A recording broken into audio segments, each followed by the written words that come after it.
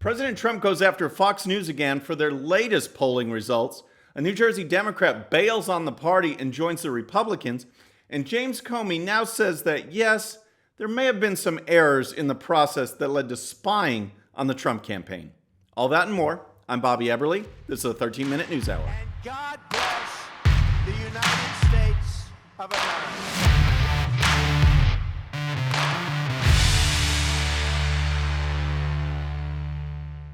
All right, friends, welcome to the show. I hope you had a great weekend. We have a lot to cover, but first I want to talk to you about my friends over at Bottle Breacher, because just in time for Christmas, they're running a special. You guys need to check them out. They have the very best in stocking stuffers and groomsmen gifts.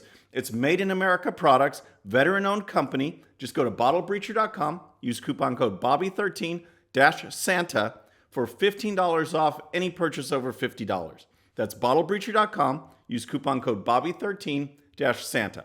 All right, well, I want to talk about polling first, all right, because any of you that have been watching the show, you know that I've been covering the impeachment process in depth, going over the whole mess. I've also been talking about the public reaction to impeachment and how this whole plan by the Democrats is failing because they haven't garnered any public support from the time they attacked President Trump as a candidate to the Russia Mueller investigation, to now impeachment. They've been losing the public. And especially with impeachment, public support has gone down.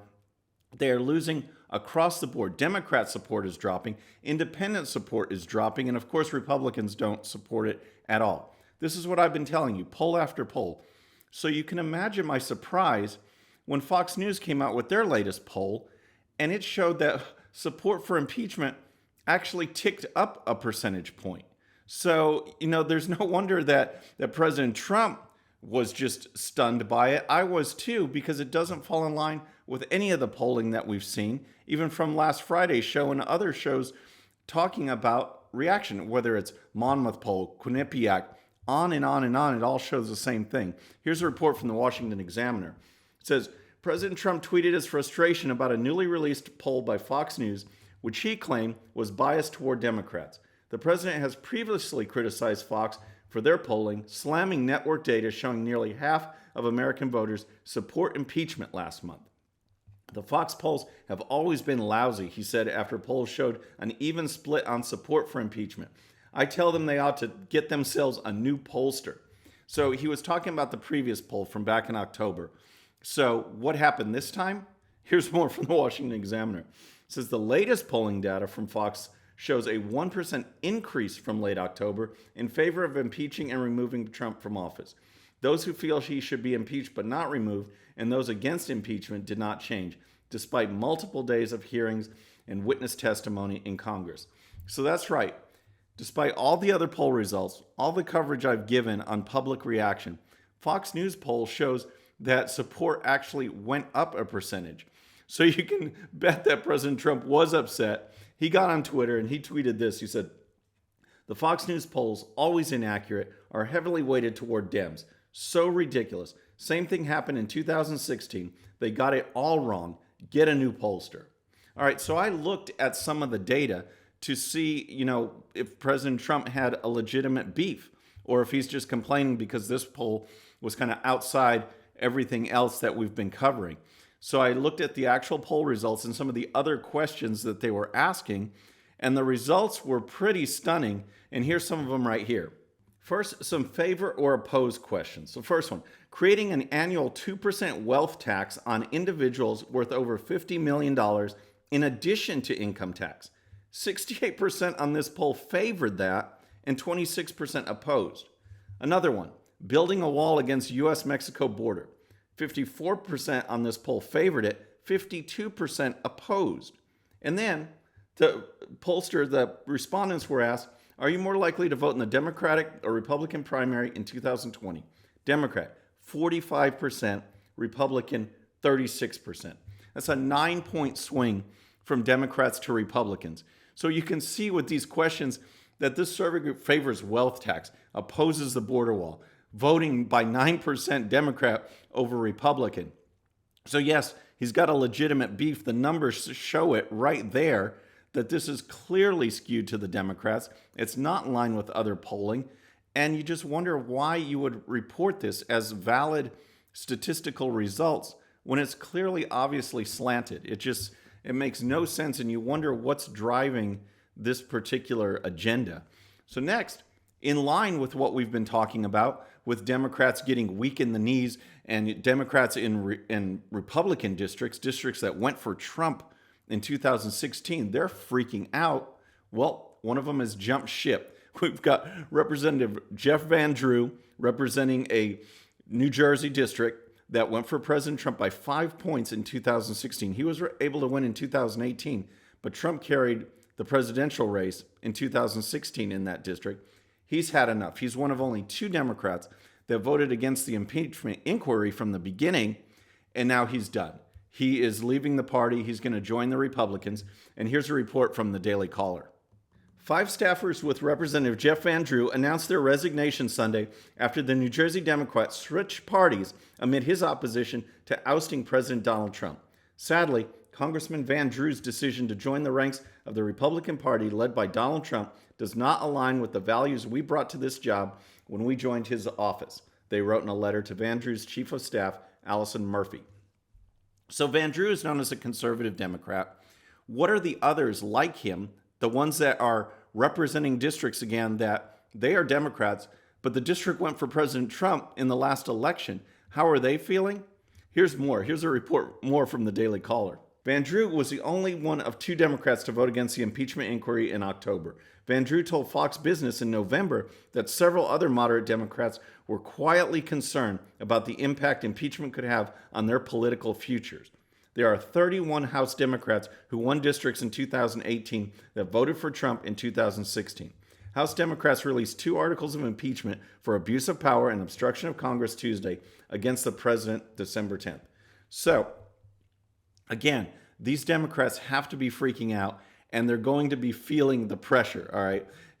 Van Drew is gone, so this 31's now 30, and it's being called the Dirty 30 because it's going to be targeted, and it's going to be targeted heavily. Here's a report from Politico. It says, residents in 31 congressional districts are about to be inundated with millions of dollars worth of TV spots, Facebook ads, texts, and tweets blaring that the radical left is trying to remove the president after a witch hunt and that their Democratic representative is complicit. Conservative organizations are blanketing those districts, which one group dubbed the Dirty 30 because each one voted for Trump in 2016, but later elected a Democrat in 2018. They're convinced that impeachment has handed them a golden opportunity to flip those House seats in 2020, part of a long-shot bid to win back a Republican majority come November. All right, yes, it's the Dirty 30, and again, that article was from Politico, so I don't like some of their wording, especially the long-shot attempt to win back the House. There's a very real chance. There was just so much that aligned during the last election to go against the Republicans. Part of it was their own fault for not taking advantage of the fact that we have a Republican president, Republican House, Republican Senate, and they refused to get major things done like repealing Obamacare and going forward on border security and building the wall. Voters reacted to that. So now, if we get our act on board with good candidates, good districts, and a good message, and follow through, we can certainly take back the House in 2020. So next, I want to talk about James Comey because he was on Fox News Sunday this weekend, and it's just so typical. You know, people have been talking about impeachment, but the real story out there is this report from DOJ's Inspector General Michael Horowitz that talked about the applications, the FISA warrants that were used to begin spying on President Trump and his team when they were still running for president back in 2016. This is a major issue. This is abuse of power in the Obama administration, starting at the very top, going through the FBI, using the FBI as a tool to spy on a political campaign to advance his own party's agenda, paying, as we talked about Friday, paying a foreign government through the Steele dossier to influence an election here in America. That's what they're talking about President Trump. This is what actually happened with Obama. Well, now, since Michael Horowitz came out and said that the whole process was bad, that there were 17 actual inaccuracies or omissions in the process to get these warrants to spy on the campaign, Now all of a sudden James Comey's singing a different tune and saying, oh yeah, maybe there were a few bad things. So he was on Fox News. Chris Wallace was questioning him, and he brought up one of the main concerns, and here's what Wallace said. One of his big concerns is the way the FBI handled the FISA applications and the warrants that allowed you to surveil Carter Page, who was a former foreign policy advisor to the Trump campaign. So then Wallace replayed a clip from almost this exact time last year where Comey was talking about the process. And here's what James Comey said in December 2018. Again, here is what you said about the FISA process and what the Inspector General Horowitz said this week. Take a look. I have total confidence that the FISA process was followed and that the entire case was handled in a thoughtful, responsible way by DOJ and the FBI. We identified significant inaccuracies and omissions in each of the 4 applications, 7 in the first application and a total of 17 by the final renewal. So, oops, 17 inaccuracies or omissions. And now Comey is singing a different tune. He said everything was perfect, right? Here's what he's saying now. Yeah, he's right. I was wrong. I was overconfident in the procedures that the FBI and Justice had built over 20 years.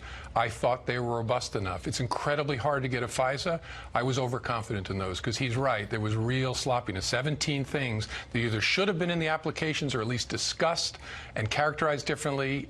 It was not acceptable.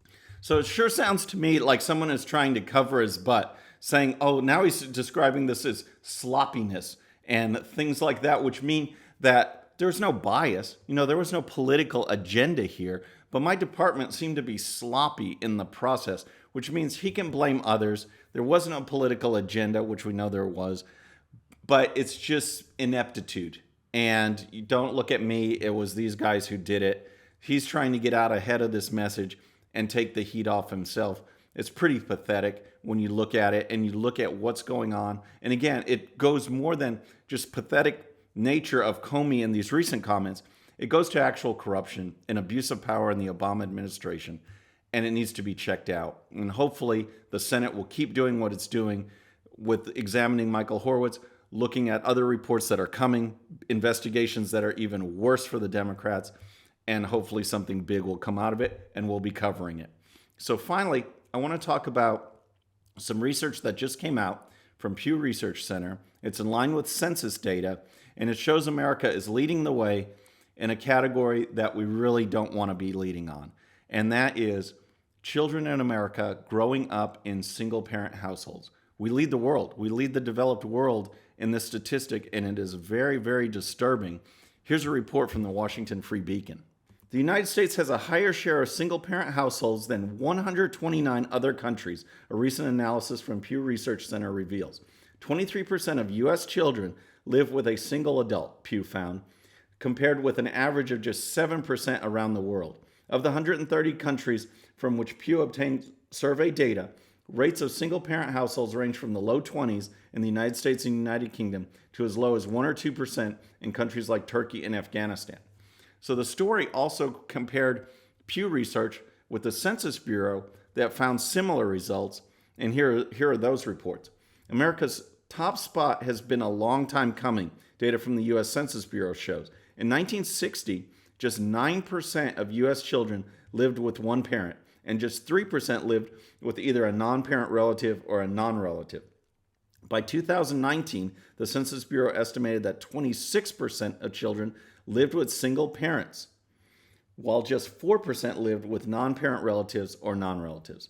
The results for children are often grim. Although academics debate about causality, single parenting is strongly related to a risk for poverty, lower educational attainment on the part of the child, as well as incarceration among boys and teenage pregnancy among girls. As the share of single-parent households increases, the risk of these adverse outcomes also rises. Folks, we need to do something about this. We've seen that this is a major problem in cities, in inner cities across America, where 75% of boys are growing up without a father in their life. We need to get back to the point where we are emphasizing and encouraging strong traditional families. They are the best unit for raising children in society. There's no doubt about it. The research shows it. And we need to get back to actually encouraging that instead of everything goes, anything goes, everything's okay. The children are who's suffering, and society and our country suffer in the long run. So folks, that's our show for today. I hope you enjoyed it. Please subscribe, and when you do, please hit that bell so you'll be notified, and we'll see you next time. I'm Bobby Eberle. This is a 13-Minute News Hour.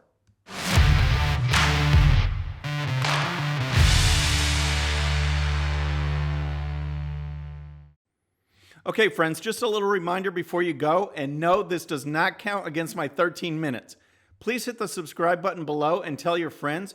And if you happen to miss our last show, you can check it out right here. And also for great conservative news and commentary, please check out GOPUSA.com. All right, folks, we'll see you on the next show. Have a great day.